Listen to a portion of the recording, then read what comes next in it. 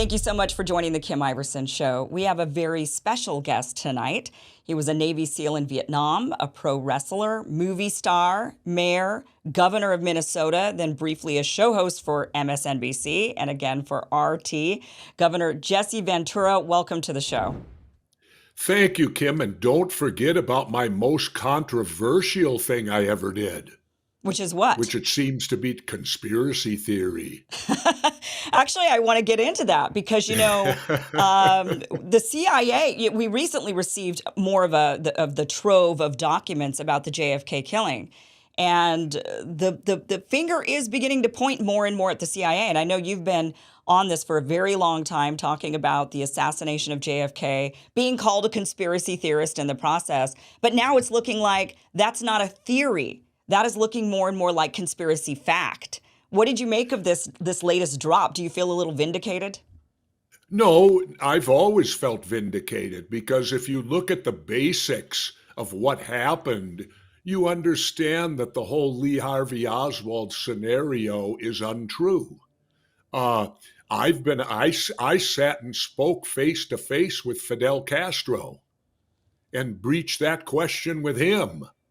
And he looked right at me and said it was an inside job. He said Oswald couldn't make the shots, everything that I've always said. And when you look at what went down that day, okay, let me give you a quick example. Lee Harvey Oswald was arrested at the theater. The only thing they knew was that he didn't buy a ticket to go into this theater. Somebody in another store saw him sneak into the theater, called the police. Now, bear in mind, you've just had the murder of the President of the United States. You've just had the murder of Officer J.D. Tippit, and somebody calls you and tells you somebody snuck into the movie theater and didn't pay. And they sent, 9 squad cars, 18 cops, and the news media to this theater to arrest this man. Does that have any logical sense to you at all? Wouldn't the police dispatcher get this call and say, "I'm sorry, sir, the president's been killed, a Dallas police officer's been killed. We don't have time to get to somebody who snuck into the movie theater"? Yeah, the whole thing is a bit of overkill, wasn't it? Yeah. A bit of and that's all on. And then when you look at the Zapruder film. Now, it's probably been manipulated, but even still, there is no possible way of the magic bullet. That is utterly absurd. The whole philosophy of it's absurd. And,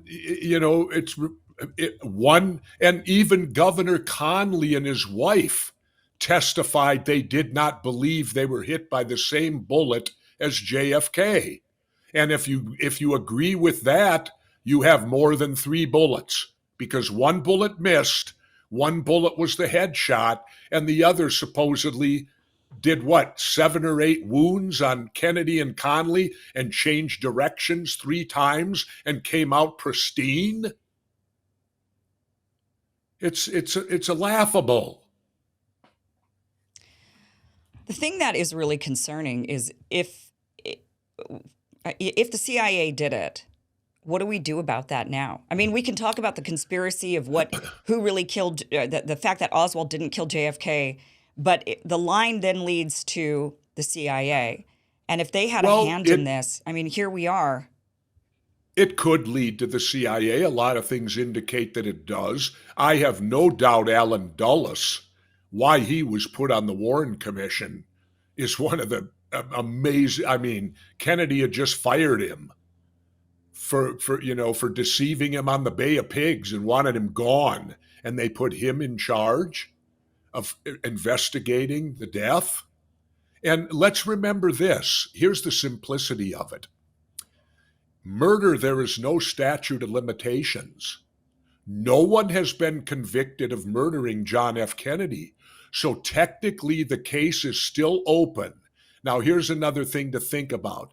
If what they told us is true, that Lee Harvey Oswald was this lone nut assassin who wanted fame and this and that and shot and killed our president all by himself, Why would there be the need to lock up anything? Any documents? Why would they have the multitude of documents that they have?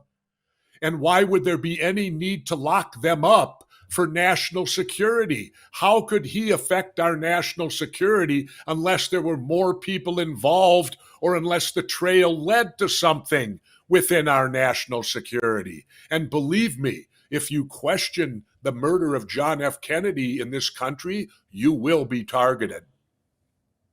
Do you feel like you were targeted? Oh, uh-huh. Yeah. So, Because I'm a high profile person who yeah, I wrote a book on it. And I wrote that book on purpose, Kim. I wrote the book because I didn't want to go down in history. I wanted the 38th governor of Minnesota to go down in history who dispelled and does not believe what the Warren Commission said, that Lee Harvey Oswald killed John F. Kennedy. That's why I wrote the book. So that yeah. when I'm dead and gone, 50 years from now, at least people will know the Minnesota governor, the 38th governor of Minnesota, didn't believe that. It still leaves us with the problem of the CIA. And uh, I wish people would address this more. I wish that our government, I get that they can't exactly pin it on them, but again, we're still missing 3% of the documents. They still won't release 3% of them, and probably those 3%, and like you mentioned, why won't they release them? They won't release them because they're damning, and we know they're damning, and they likely do point to the CIA, and yet here we still have this entity in our government that is running amok. I mean, if Well, they can kill a sitting U.S. president, we don't have a democracy at all. Kim, that's why they won't admit it. That's why it will always be, because you know who else is at fault here? Let's go to who else is at fault. The media, because the media has been a participant in this. The media, right away, they label you a conspiracy nut. Right Yeah. away, they put you into a thing that, oh, this guy has no credibility because he don't believe the Warren Commission. You know, and and and I laugh today because they hold up the 9/11 Commission as a gold standard of investigation. That's all you hear. Oh, the 9/11 Commission, the 9/11 Commission. Excuse me for a moment. The 9/11 Commission, half the people in America are unaware that a third building went down. World Trade Center Building 7 at Yeah. 5:20 in the afternoon, which was not struck by anything, collapsed in at the speed of gravity. And yet the 9/11 Commission, there isn't one word about it. Apparently they didn't think that that was meaningful, that a third building, 49 stories, what was it, collapsed to the ground. They didn't even mention it in their report. And yet that's supposed to be a complete report on 9/11. What do you think happened that See, day? well, Jesse, I've talked to many people. Let's talk about Sergeant April Gallup for a moment. Do you know who she is? No. I interviewed her. Sergeant, United States Army, top secret security clearance. She was in the room of the Pentagon where the alleged plane hit. You notice I say the word alleged? Do you know what April Gallup looked me in the face and told me? There was no plane. And stop and think about it. All they did was show you a hole in the wall that they covered with a tarp. There was no wreckage. And that's an area that is photographed 24/7, baby. You don't fly around. That's a no-fly zone. How could this plane enter a no-fly zone and never be shot out of the air? Who was asleep at the wheel? Here's another thing to think about on 9/11. If I was governor of Minnesota and you had a catastrophe like that happen in my state, I would do an investigation and obviously come to the conclusion our $1 billion, like, let's look at what they sold us. They told us 19 Islamic radicals armed with box cutters defeated our multi-billion-dollar air defense system, all while conspiring with a bearded guy in a cave in Afghanistan. That's what we were sold. Now, here's the part that gets me, getting back to the catastrophe if happened in Minnesota if I was governor and our air defense would have been that bad, don't you think someone would have got fired? Because of 9/11 and the alleged results of it, shouldn't somebody have lost their job? And yet what happened? People were promoted. They weren't fired.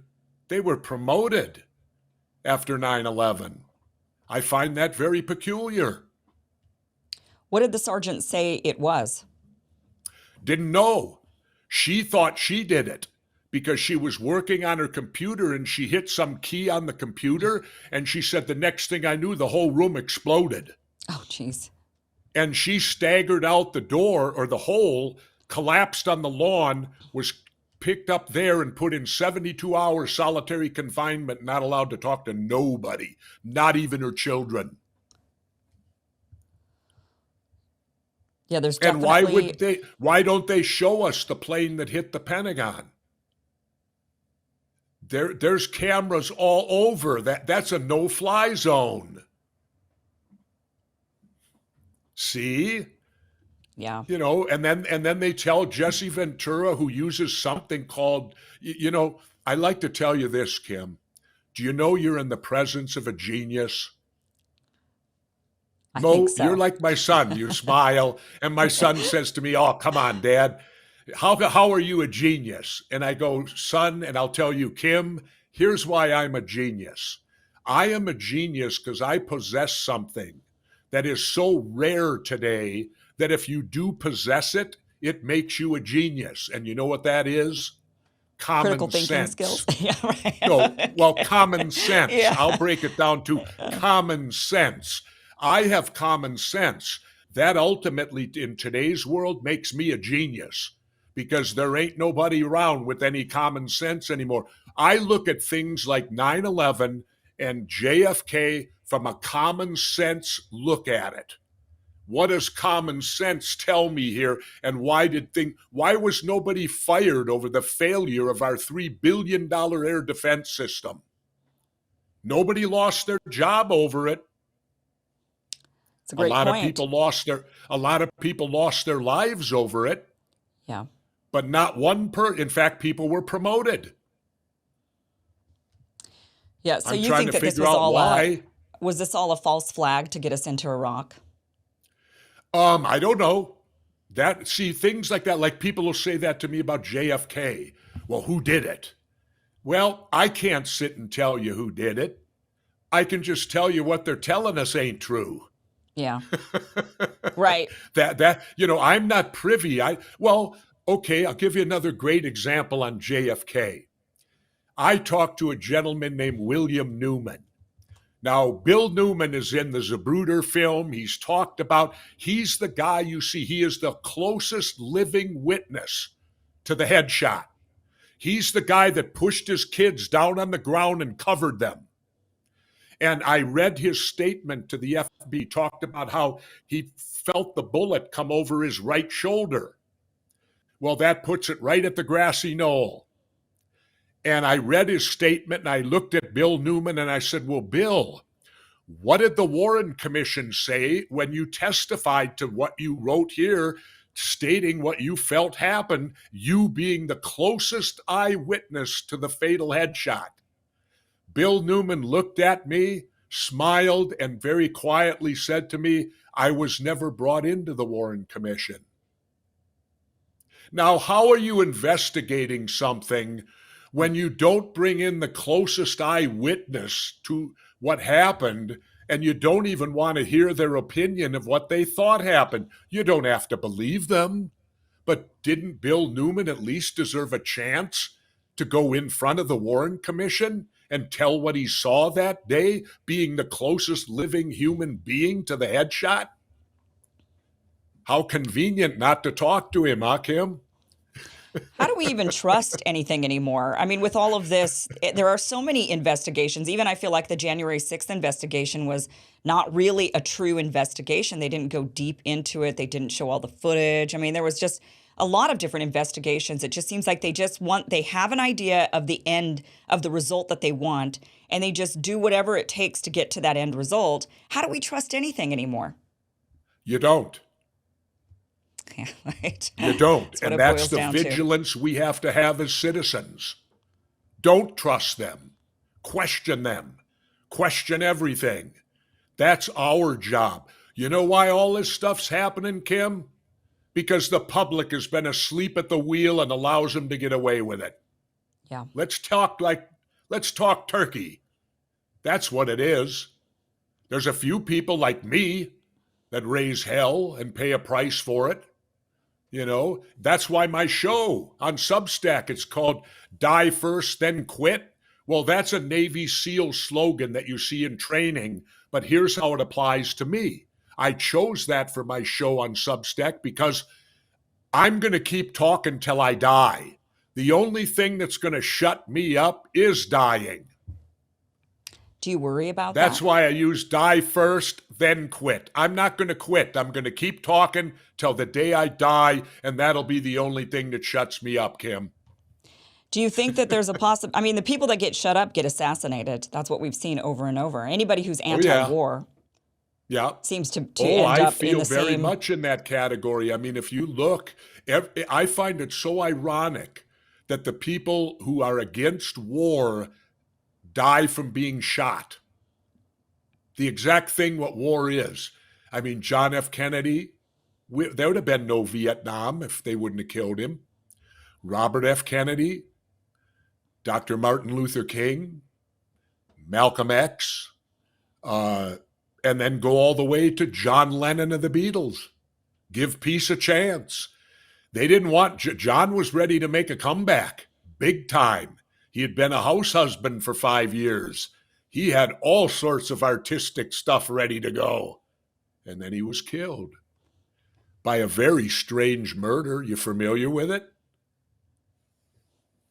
Not the guy that shot John Lennon, he had got his autograph earlier in the day, and then he was waiting for him. And when he came back, he shot him and killed him. And now he had 3 options to escape. He could have ran right into Central Park, got lost in there.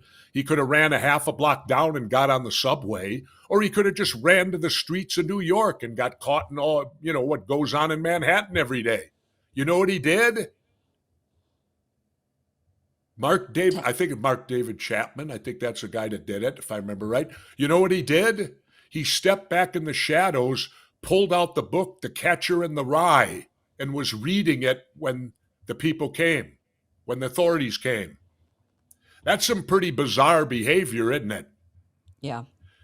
Kind of like you'd do if you had a Manchurian candidate.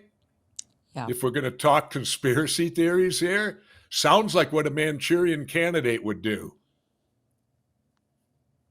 Do you think Trump was a Manchurian Catcher candidate? In the Rye. Huh? Do you think Trump was a Manchurian candidate? No, but I think there's a reason we can't see his tax returns. I thought we got those finally. I thought we did get Have those. we? I don't know. I'd like to know how he. I thought they finally released him. Well, I'd like to know how he makes his money. And who's he indebted to? See, that's why you want to see a president's tax returns. Right. It isn't to know how much he makes. It isn't to know his wealth. It's to know who he's dealing with, because he's going to make decisions where you don't want conflict of interest and you don't want him owing someone and then making a command decision for the country of the United States based upon the fact you're a puppet. Because my mother taught me to have no debt. And why did my mom and dad teach me that? Because they both lived through the Depression, both World War II veterans. Not many people can say my mom served in North Africa, which predated Normandy. And both my parents instilled into me, you can't be free and have debt. Yeah. If you have debt, you're not free. So I bring up Trump because, I'm just gonna get right to it. But people want you to run for president. It looks like our option is going to be Trump or Biden, and many people are hoping Governor Jesse Ventura jumps into the race, what's the Well, chance that you would run for president? Governor Jesse Ventura tried last time through the Green Party, and it was a miserable failure because they're fractured. It would have required me to bring the party back together and then, in the meantime, take on the Democrats and Republicans. Not even I can do that. Not even me. I need a party behind me. I need, like I had in Minnesota, the Independence Party. When I ran in Minnesota, we had one person paid. One. That was my campaign manager because he left his private sector job to do it full time. Everybody else was a volunteer. That's how come I was able to get elected and only raise $300,000, which I spent on TV ads to show you're a legitimate candidate. Now, getting back to That's the not very question at much. hand. That's not very much, That's right. actually. Considering the other side spent 12 million. Yeah. Anyway, getting back to your question, Jesse Ventura can run, but there's obstacles that have to be in place. I must have ballot access in all 50 states. So you could do I that with don't the have the Libertarian machine. Party. Well, I don't have the machinery to do that. Well, are the Libertarians going to nominate me? Maybe. No. They're going to Maybe. get like the Greenies did. You know what the Greenies said about me? One of them actually said, well, is he one of us? And I thought, how offensive is that when the reason I became mayor of Brooklyn Park, Minnesota, was over the fight for a wetland? Isn't that what the Green Party supposed to stand for? So if they'd have looked at their history, they'd know it was the environment that brought me into politics originally. So I need getting back. I need ballot access in 50 states, and then in order to win, here's another big obstacle. You must be allowed in the debates. And guess who controls the debates? The Republican and Democratic Party. Right. And they saw what I did in Minnesota. Do you think for 1 minute they're going to make the same mistake and allow me in the debates to beat them again? Remember this, in Minnesota, I was polling 9% at the primary. 7 weeks later, I was allowed to be in the debates, 3 or 4 of them. I won the election. But you don't need to be in those debates anymore, because now you've got independent media. Yeah, you do.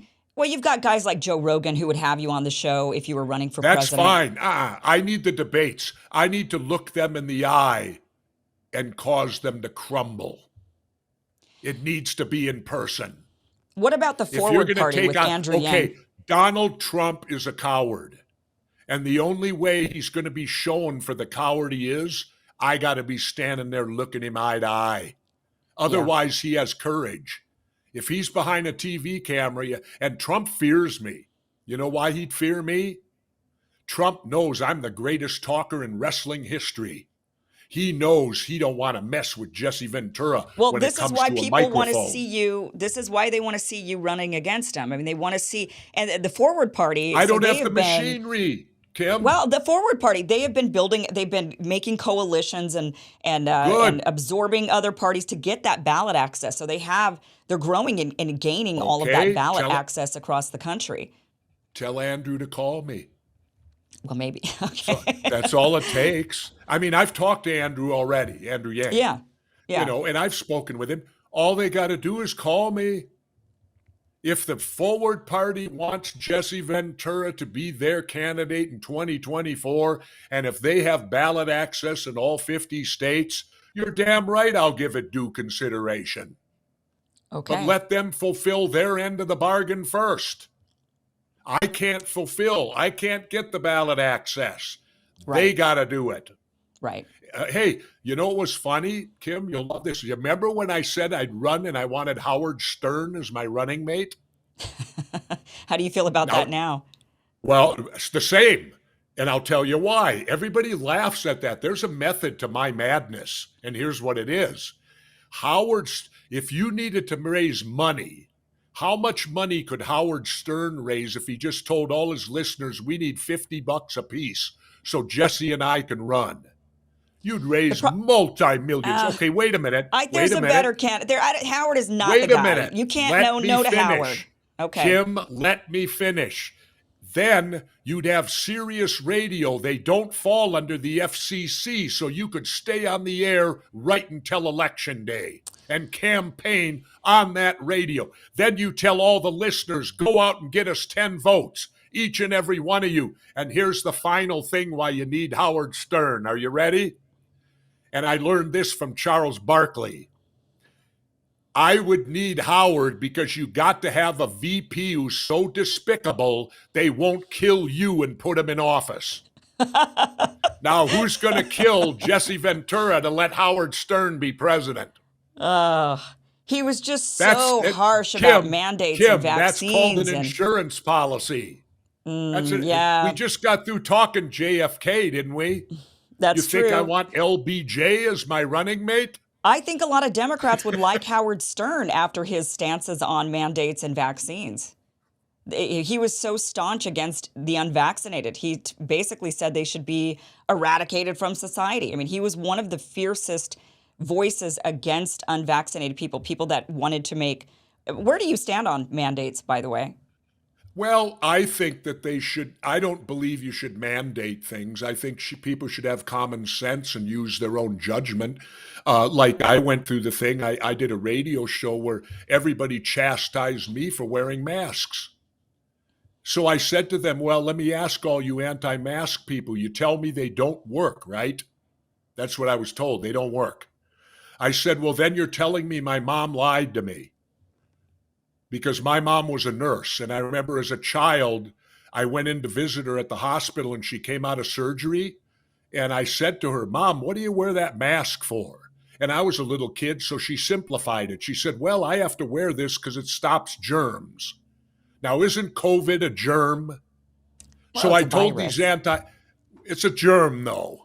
That's how you get maybe it. she meant like large particles, like it's meant to stop from like blood and guts what and she meant urine very getting simple. in your mouth from surgery. And all these people that don't believe masks, I challenge them. The next time you got to go in for surgery, tell them they don't have to wear them because they don't work. And I finally said, look, I believe my mom more than I do you. So I'm going to believe what my mom told me. They stop germs, which means they'll help stop COVID if they're worn correctly. Why do you think doctors and nurses wear them in surgery? Well, I don't want to pick a fight with Mama Ventura, that's for sure. So. You don't, because I'll tell you what, like I said, she served in North Africa, was an anesthetist and headed surgery at North Memorial Hospital for over 20 years. And I got the good fortune, if there is that, I had to go in for a procedure. I had a lady come up to me and say, I worked with your mom. And I said, really? And she said, yep. She said, I was right out of nurses school. She said, I came here. She said, your mom was the boss. And she said, I just want to tell you, everybody knew she was the boss. I believe it. I completely believe it. Governor, I want to ask you about, I've got to go into this conversation with Castro. I want to talk about your time with Putin. You met him.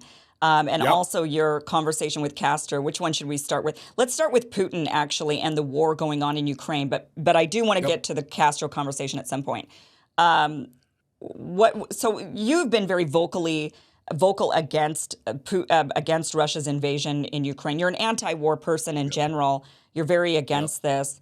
And RT wasn't even censoring you, and you're being very vocal against the invasion. Is that right? That they were like, do whatever, say whatever. In fact, Kim, I was taken off the air because of the U.S. sanctions. So it was not America because the that Russians. Well, yeah, because the Russians didn't take me off, and I went vocal. I said, I'm opposed this. Pull them out. Get them out now. Stop the war now. Well, they let me go on with that. I lost my job because the sanctions wouldn't let them use the banks. And it wouldn't let them function as an entity, so they had to declare bankruptcy. And I'll tell you this, that happened in February. Do you know what they did? They gave us severance pay all the way till May. We got paid till May.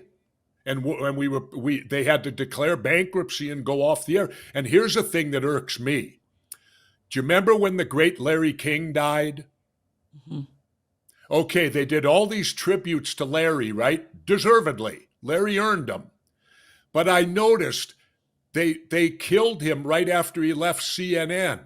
Because for those that don't know, Larry King was on RT right where I was for the last 5 years, and mainstream media would not even say that about him.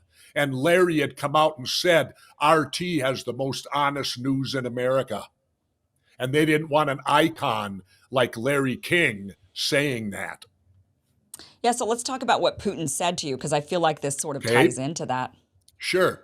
When did you meet Well, him? I flew over there, my wife and I, before I signed. It was the 10th anniversary of RT America, 10 years, I guess they'd been in existence. And I met Gorbachev that night, the late Gorbachev. He was still alive then. And Putin was the keynote speaker. And at the end of the night, I was at my table. President Putin crossed the room and came to me. I didn't go to him. He walked over, held his hand out. I shook hands with him and he said, "Thank you, Governor." I said, "You're welcome, Mr. President, but for what?" And he said, "Well, thank you for joining RT."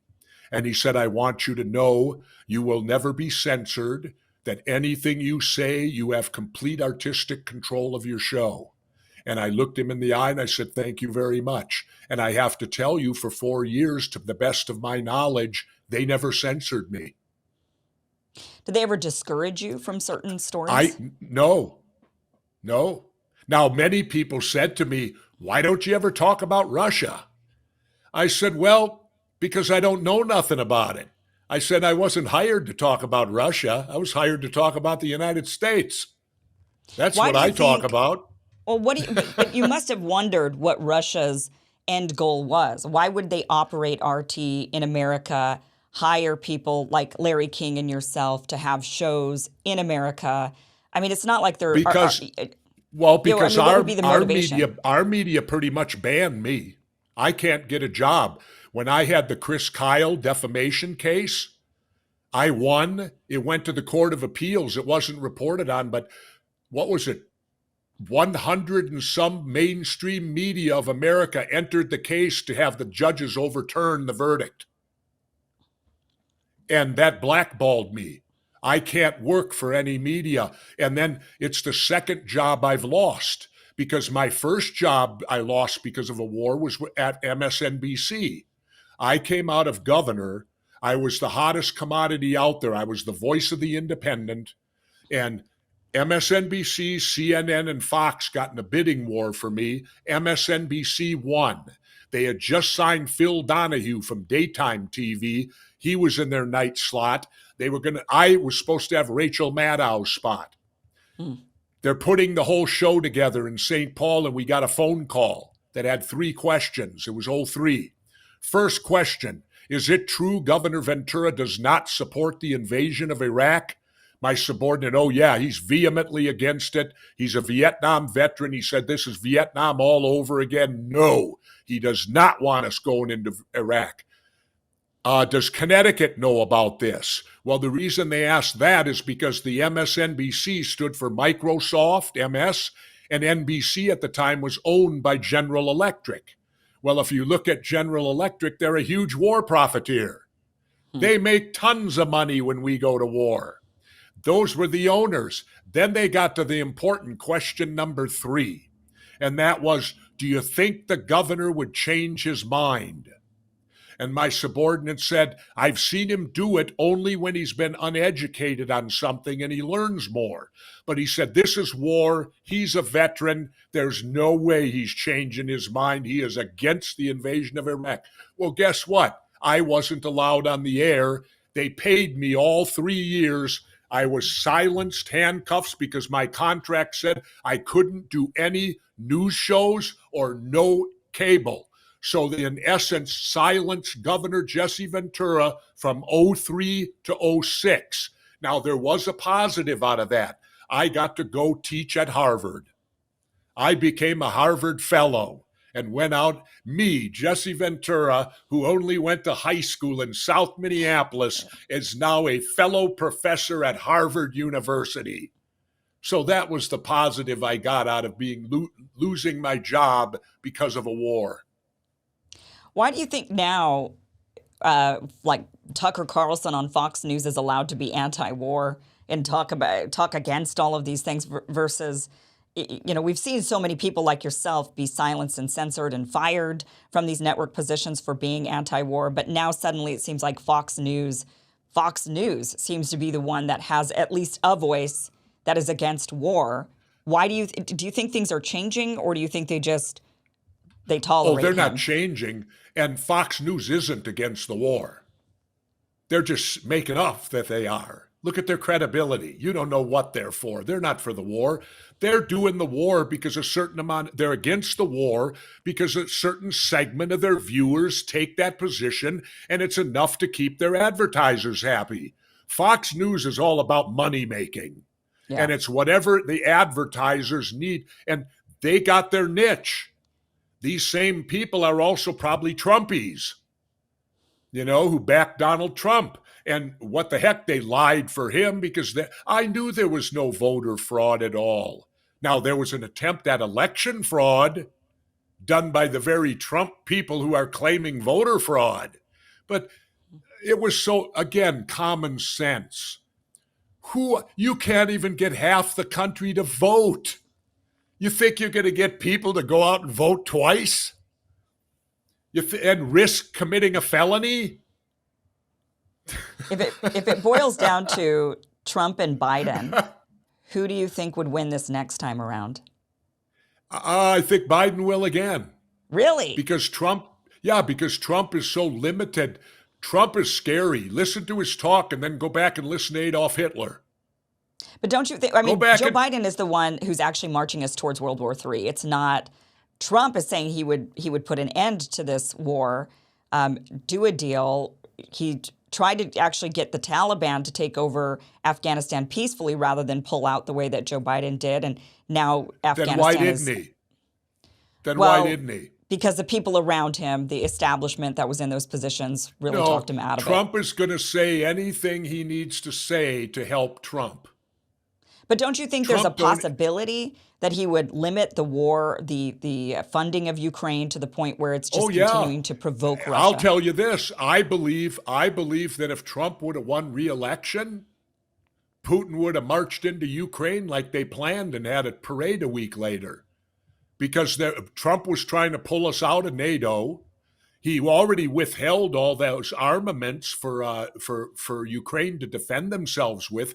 Trump was doing everything Vladimir Putin wanted done to set the stage for this invasion. Now, the only fly in the ointment was Trump lost.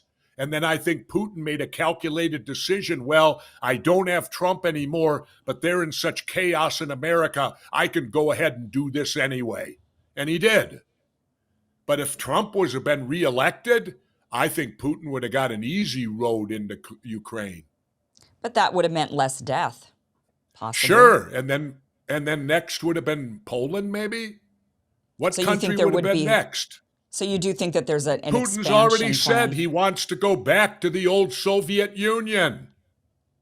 Putin's already said that. That's his dream. He wants his legacy to be to create the old Soviet Union again. And there's only one way he can do it. March in and take it. What about all the countries he's going to invade? What about Ukraine? Don't they deserve to be their own country? Do you think they are now, or do you think that there's a lot of Western forces that are meddling and really actually controlling the country? Well, I'll argue this. Yes, Putin had a lot of reasons. NATO was breaking their word, which is normal. That stuff goes on. But there is nothing anyone was doing that warranted his invasion and the death that it's causing. The civilians who are dying daily over there, the rockets going in and hitting hospitals, rockets hitting schools, rockets hitting civilians completely, trying to break their spirit, trying really, to me, I watch what's happening, and it looks like what happened in when they carpeted bombed after Vietnam and all that stuff. It looks like genocide going on now. We're going to level Ukraine. There ain't going to be a living soul there. And it reminds me of the great Gahan Wilson comic that I read in Playboy when I was a teenager. If you're ever familiar with Gahan Wilson, he writes these morbid comics, and it's a soldier standing there all tattered and beaten up, and all around him is nothing but rubble. There's nothing worth a nickel. And the caption of the comic is, "I think we won." So if you were president today, if let's just say this all happens, you get the ballot access, you win, you become president, what would the President Ventura platform agenda be? Wow. You're going to sit, Kim, and ask me that right here, right now, and not even give me a chance to reflect? I'll let you think about that. Well, How about you tell us you can tell us the Castro story while you think about it. But that's about it. My platform would get us in a lot of trouble today, probably, because I'm very much of the ilk of trying to figure out why we spend so much money on defense. Do we really believe someone can take us over? Do we really believe we could have a Normandy invasion in Virginia? Because that's what we're made to believe, that if we don't, remember what we were told, if we don't stop them there, they're going to come here. Well, but that's what you just said about Ukraine and Russia. If we don't Well, stop them there, they're going to keep spreading. All right. And I heard that same thing way back when I came home one day to my 6 Bronze Star dad, World War II vet. I walked into the house and said, "Dad, we got to be in Vietnam." And my dad goes, "Why?" I said, "We got to stop the domino effect of communism. If we don't stop them there, it's going to take over the world." Right. And my dad looked at me and said, "Really?" He said, "That's what they're teaching you in school?" I said, "Yup." My dad then looked at me and said, "That's the biggest bunch of bullshit I've ever heard." And it was. I was stunned. So wouldn't then the idea that Russia's going to... I was stunned. I had my dad telling me this, and my teachers were telling me the opposite. And I was fortunate enough I got to go. And when I came, I said to my dad, "If we're not there to stop communism, then why are we there?" And my dad looked at me and said, "Because somebody's making big money." And that's the underlying cause of all of these wars. Right. Somebody is making big money. But the point is, you're caught between a rock and a hard place, because if you allow the war to happen here, then they're simply going to make money with another one next door. You got to stop all the wars and then really stop them. Not allow another one to start. We pulled out of Afghanistan. We weren't even out of there a week. And what does Russia do? Invades Ukraine. You know what it tends to make me believe? These people that truly believe there's the 5 or 6 powerful people of money pulling the strings on all of it. Yeah. And one war goes to another war. They just shift the wars around. It's like what L. Fletcher Prouty said, who, by the way, was Mr. X in Oliver Stone's JFK movie. That was actually L. Fletcher Prouty, Colonel Prouty, who was the liaison between the Pentagon and the CIA at the time. And Prouty said there was a meeting that took place at the end of World War II where it was decided upon from that day forward, all wars would be fought in third world countries, and they would all be fought to where the military couldn't achieve a goal in which to declare victory. And if you look since World War II, every war is fought completely under that scenario. Maybe even World War II was a lot about making money for some people. Oh, God, yes. I just learned that, and it gutted me when I found out this Thiesen guy. You're familiar with him, this industrialist from Germany? It was the people that General Smedley Butler exposed in America in the 30s, which were all of the Wall Street people. When they tried to do a coup d'etat on FDR, they were the ones that backed Hitler with money and put him into power. Yeah. And how sick is that to know the United States of America put Hitler in power, or helped to? They gave him the money. Right. And that's where a lot of the money making in war started was World War II. They saw there was a lot of money in war and said, oh, well, we can maybe keep this going. We've got other battles we got to fight to help people have democracy Kim, in their lives and freedom. that's all it is now. It's all about, it's like Deep Throat said in All the President's Men when he was in the bowels of that parking lot and he turned to Woodward and he said, follow the money. Anything with government, unless it's Jesse Ventura, follow the money. I never had enough money to follow. What else would be on your platform besides? So you would scale down on the defense spending, but would you Well, still fund the war in Ukraine? I would also work for one-payer health care. I Okay. think it's insane we've allowed the insurance companies to control our health industry, which is where Yeah. we're at now. And a single payer would be my view is, again, it's a simplistic look again of common sense, Kim. We're the richest country allegedly in the world. Every American citizen should be able to go to the doctor if they're sick. End of story. I think more people End of on both story. sides are actually starting to really agree with that. I think we're seeing more people on the right who typically were against that now sort of saying, this is a good idea. We've got to Well, move to some sort of system. we're the only industrialized nation that hasn't. I guess we're smarter than Right. all the others. Well, the money makers are certainly smarter because they figured out how to drain the American population of all of their cash. Oh yeah. And that's one of the Well, ways, right? you know when it comes here's the other thing you'd get with Jesse Ventura. You want Jesse Ventura's platform? Well, when Jesse Ventura became governor, I pulled my staff together the first day, and the first order to them was this. You can tell all the lobbyists to take 4 years off, go on vacation or find a new job, because I didn't meet a lobbyist to get here, and I'm not going to meet a lobbyist while I'm here. And for 4 years, Kim, I never met with a lobbyist.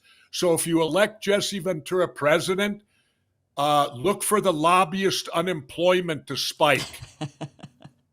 It's going to cause a lot of people to lose their jobs for 4 to 8 years if I did that, because lobbyists mean nothing to me. They don't elect me, and so therefore they don't have an audience with me. Yeah.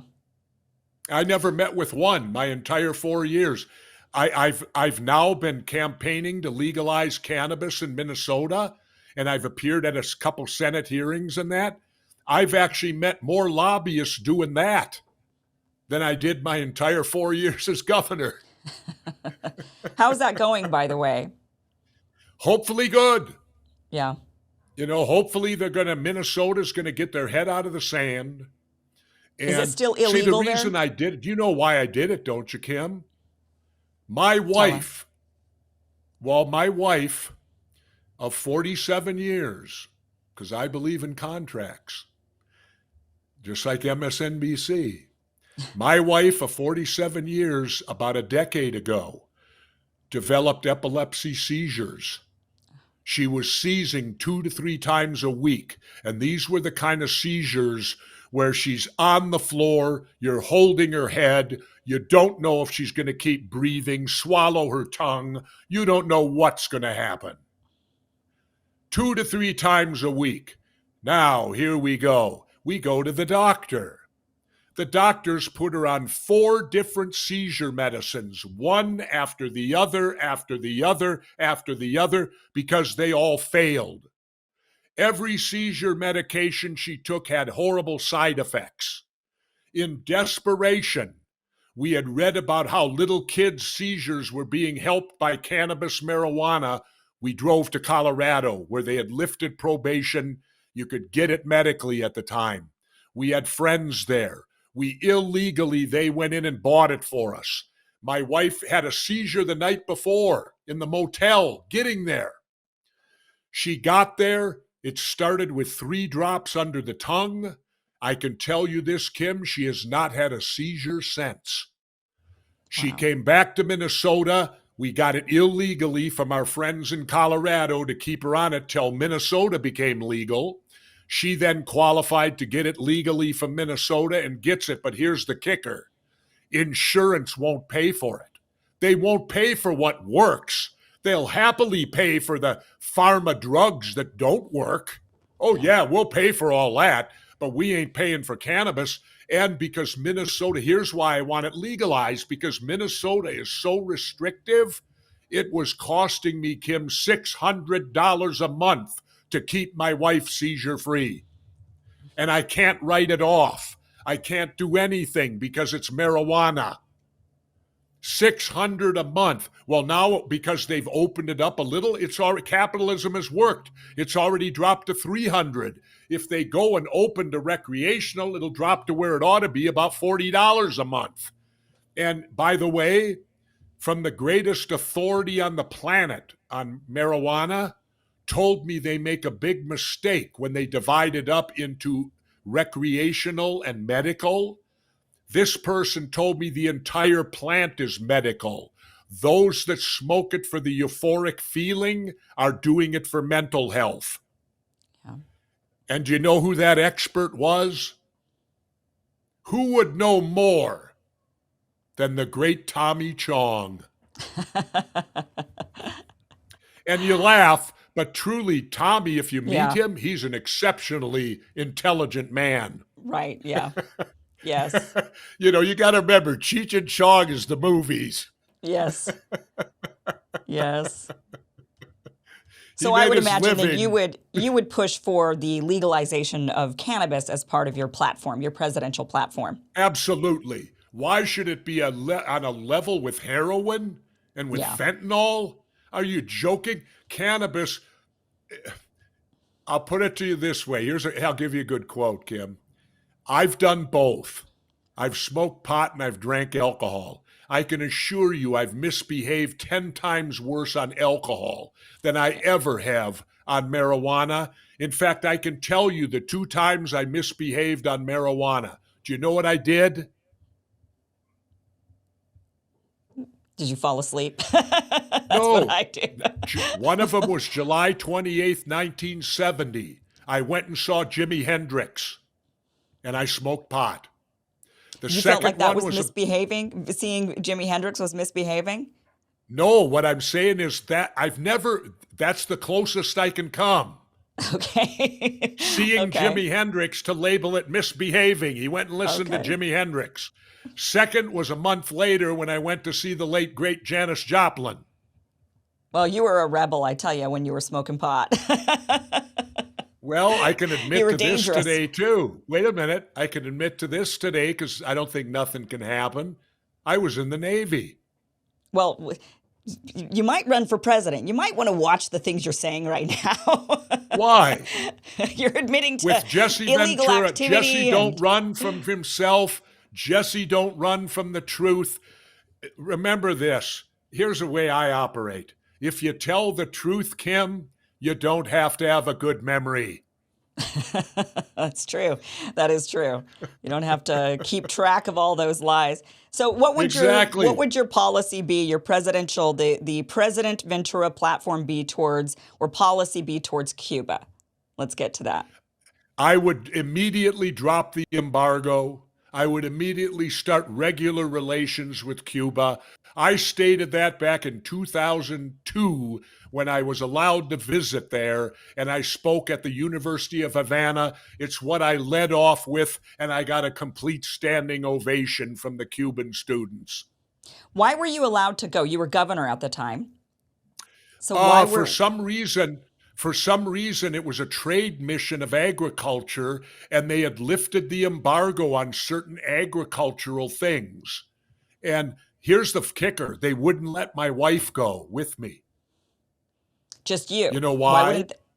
Why wouldn't they let her go? No, the State Department, they banned her passport so she couldn't go with. You know why?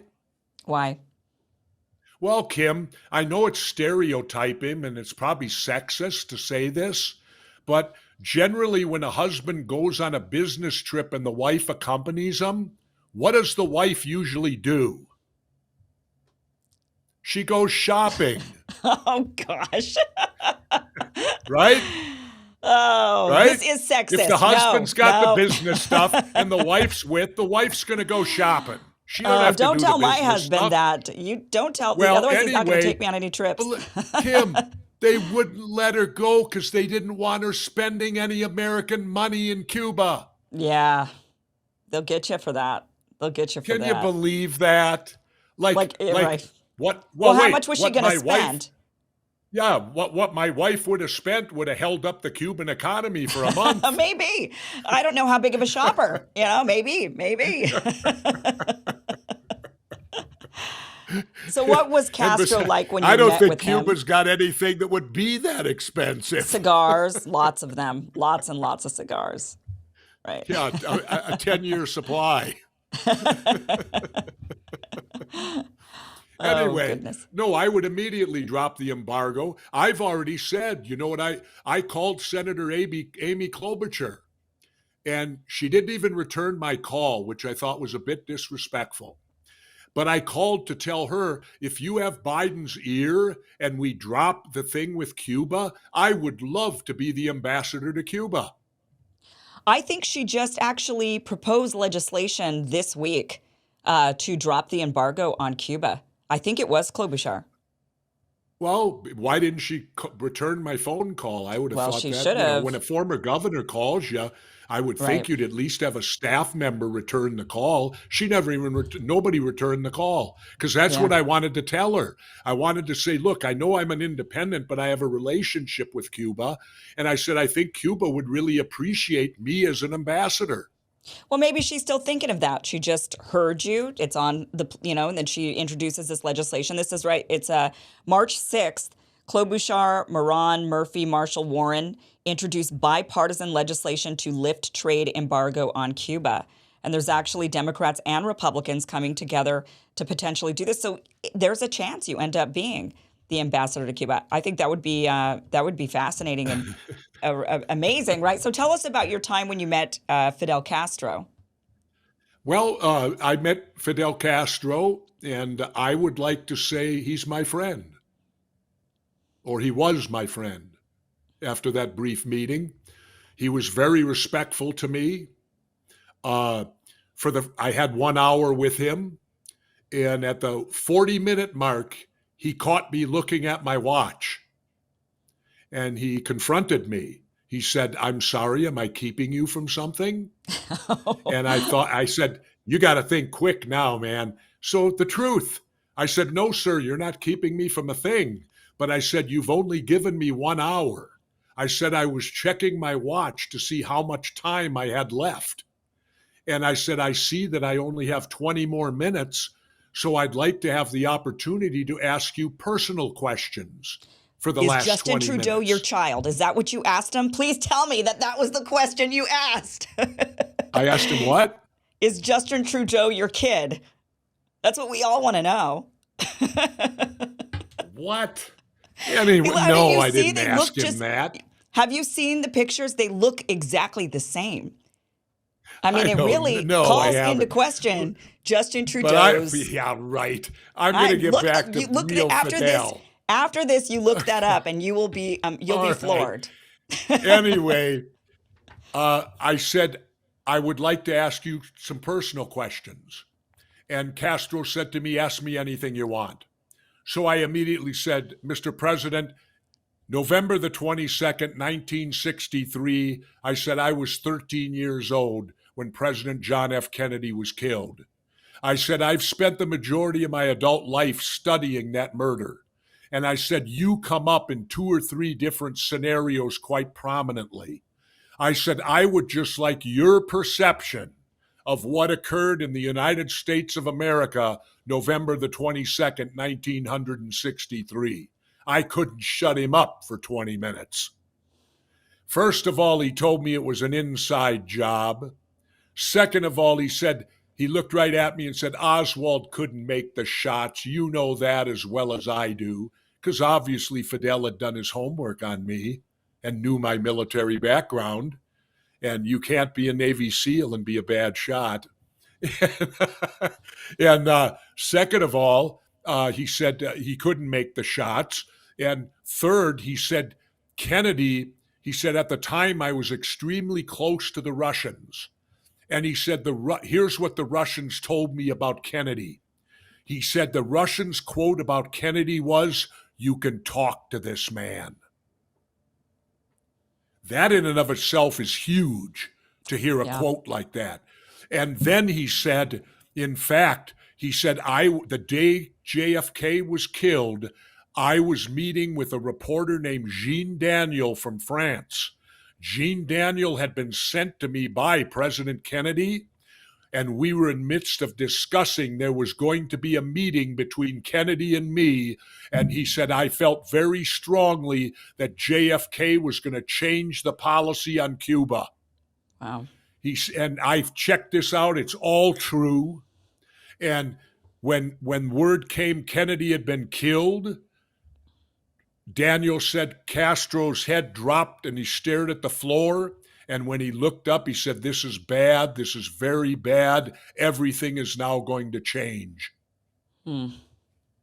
And then I'll go on with Castro. Castro then said to me, and this is one great regret I have today, and I don't have many.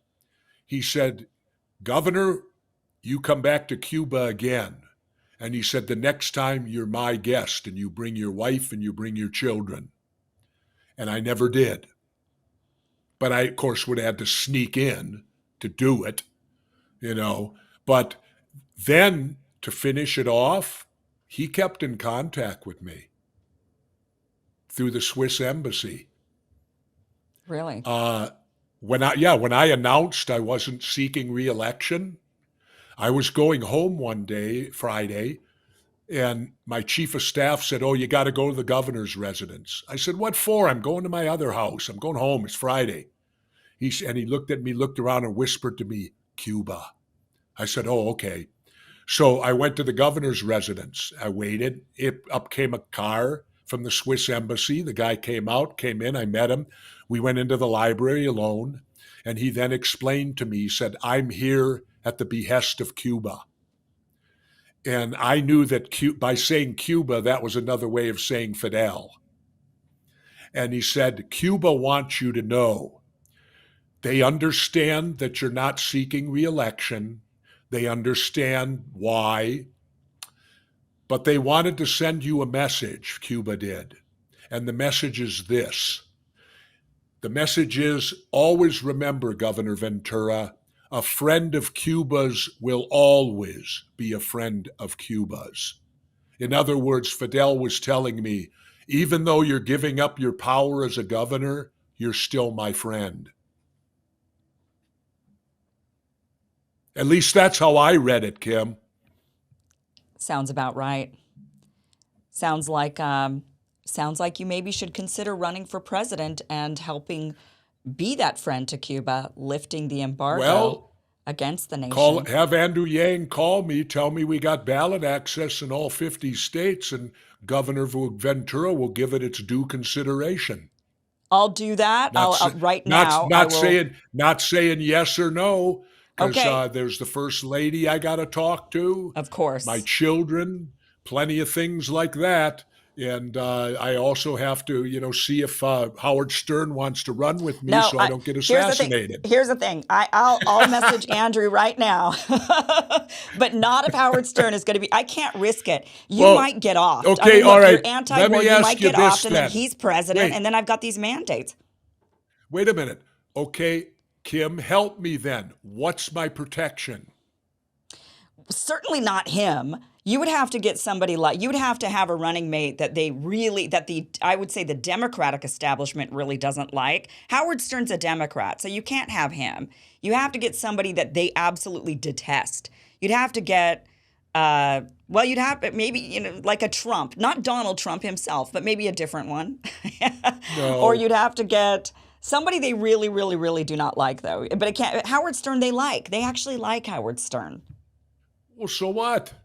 So he can't be you forget. How do we get clean money? I have to stay clean. I won't be through with Howard. lobbyists. I won't take dirty money. You could get Joe Rogan on your side. How do we get the money?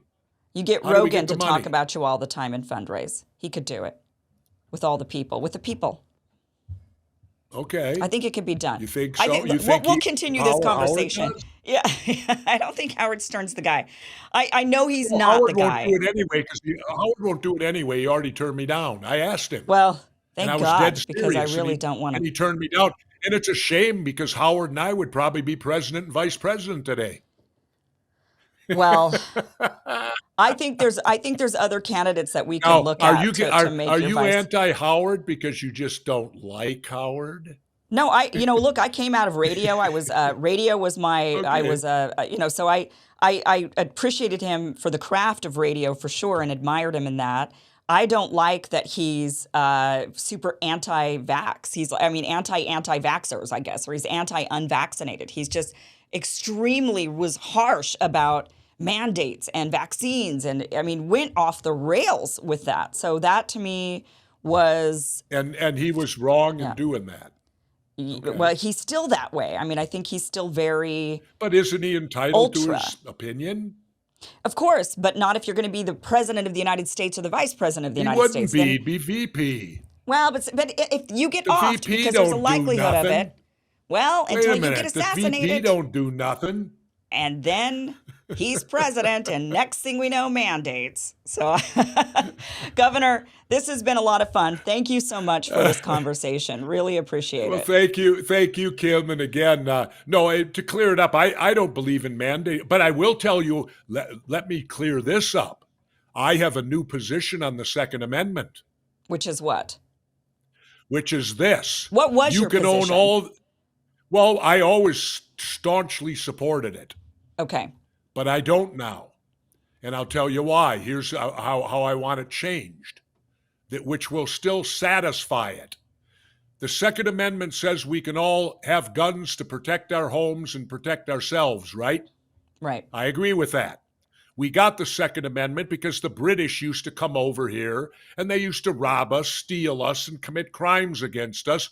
So our forefathers created the Second Amendment so everybody could have a firearm to protect themselves from the Brits, Right. right? That's how it came about. Well, that don't exist no more. But here's the new Second Amendment. You can own all the guns you want. Own them. Sit on your back porch, put a headband on like Trump, pretend you're Rambo, do all that stuff you want to do. You know, you can do that on your own property. But if you walk off your property into the public domain, you must be licensed and to carry that weapon. No free weapons anymore off private property. But who's committing all the crime? Is it the people that are just taking their open carry, or is it people that are taking their No, parent little, people that are licensed don't commit crimes. I'm licensed. I have conceal and carry. I don't commit. You have to pack. I shepherded the bill. You have to have a background check. You got to go to the range and shoot a minimum of 70. You have to pass all these things and zero alcohol, right? right? Now, it ain't, if you're licensed, you can carry the weapon wherever you want. I just don't want unlicensed people running around this country attempting to, shall we say, hijack the governor of Michigan. And I don't want people running around this country freely able to walk in and do mass shootings. But those Because people are clearly criminals, so we they're are not going to. incapable. But they're not going to listen to the law, no matter what the law is you create, right? I mean, if they're Yeah, criminals and they're intent on breaking the but law, if they're you just make going to break the law. a stiff penalty if you're not licensed, The if you're penalty is they're carrying getting in the life in public prison. domain, huh? Their If you're penalty carrying already in for the, I mean, these people are already committing such atrocious crimes. They're getting then killed on we need to site, enforce it. Well, you know what? You know what's interesting? They have, if you get caught with a gun in Mexico, you go right to prison. right? But the people that are going to commit, I mean, what I think the goal is, you're trying to stop mass shootings, or you're trying to stop these atrocious Right, crimes that are happening, right? But my right. point is, if the person, nothing's going to stop the person from taking the gun off their property just because there's a law. I mean, as it is, there's a law against killing people, but they're still doing it. So Sure. I don't know if that would Right. stop them. But at I don't least, know if it would stop them. at least it somewhat disarms people out in the public, where you haven't got people Maybe. running around in the public who aren't properly licensed, aren't properly checked on background, can't convince me they can hit even the broadside of a barn, so they have to shoot 19 rounds. Yeah.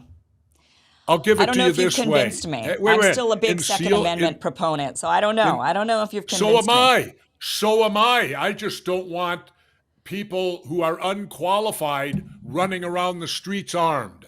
I agree. I do think we have to do something to limit that for sure. Limit somehow Yeah. the crime. So I'm not make sure if it to that's the where way, but you I can't, hear you. you have to be licensed to carry on public property. If you're out in the public, you have to be licensed to carry a firearm. How hard is that? That means you've had a background check. It means you hit what you aim at. I always get a kick out of the take so many rounds. If you're close and personal, you know how many SEAL team gives you? You'd get Many. laughed if it took more than two. Right. I You'd would get imagine. laughed at. Yeah. No, I mean, like we had the guy killed here in Minneapolis, Fernando Castile, where the cops shot him point blank range 6 or 7 times. Yeah. I came out and said, "Wait a minute, that's gaining fire superiority. Excuse me.